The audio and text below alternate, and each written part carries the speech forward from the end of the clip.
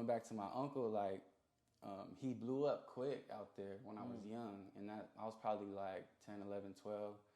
He started selling out shows, going crazy. And then they started doing tours out here. And like bro ended up selling out the Roxy.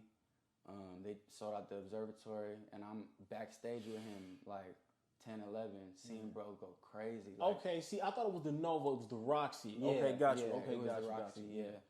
And I was running around backstage, little kid, but I'm seeing him do rehearsal and seeing how dope it was, like, and just admiring it, admiring the craft. And then I see him go out on stage and see the crowd go crazy. I'm like, damn, that's my uncle. People are screaming his songs back to him like choir practice, you know what I mean? Wow. And just seeing him have that star power, it inspired the fuck out of me.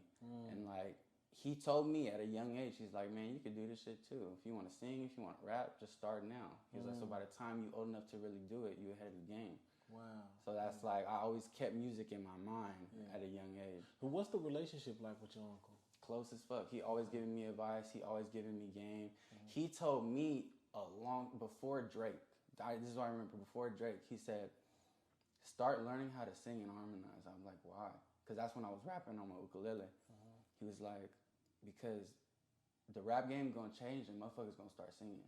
And so you need to be ready. He knew it. It's so weird. He called it. I swear to God, on my life, he called it. He's like, rappers are gonna start singing, and the game is gonna change, and you're gonna need that, like, pocket. You know what I mean? That direction and that versatility to make it. He's like, so don't just put all your eggs in one basket with rapping. Learn how to harmonize. Learn how to sing a little bit, because the rappers are gonna start singing. Then Drake, Best I Ever Had, came out. Yeah, well, the versatility. Yeah, versatility and artists came out. So when you began to see the artists really go that route, did you ever call Unc and was like, hey, you was telling the truth? I was like, bro, I called it. And he even called out the offbeat rapping. He was like, try to not be so in pocket on all your bars. Try to be a little late or a little early.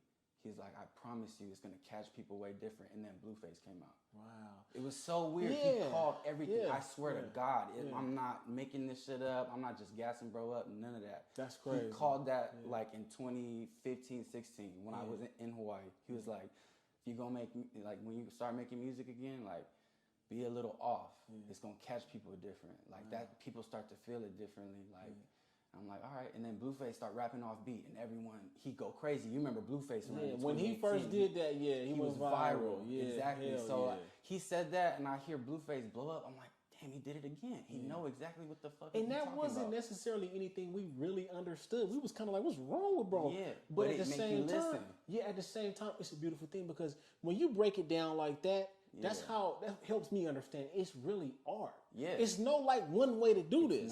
It's really art. The different colors you see, the different draws, it's art. That's crazy. And the game gonna change too. You know what I mean? It's gonna continue to change. It's gonna always. Okay, so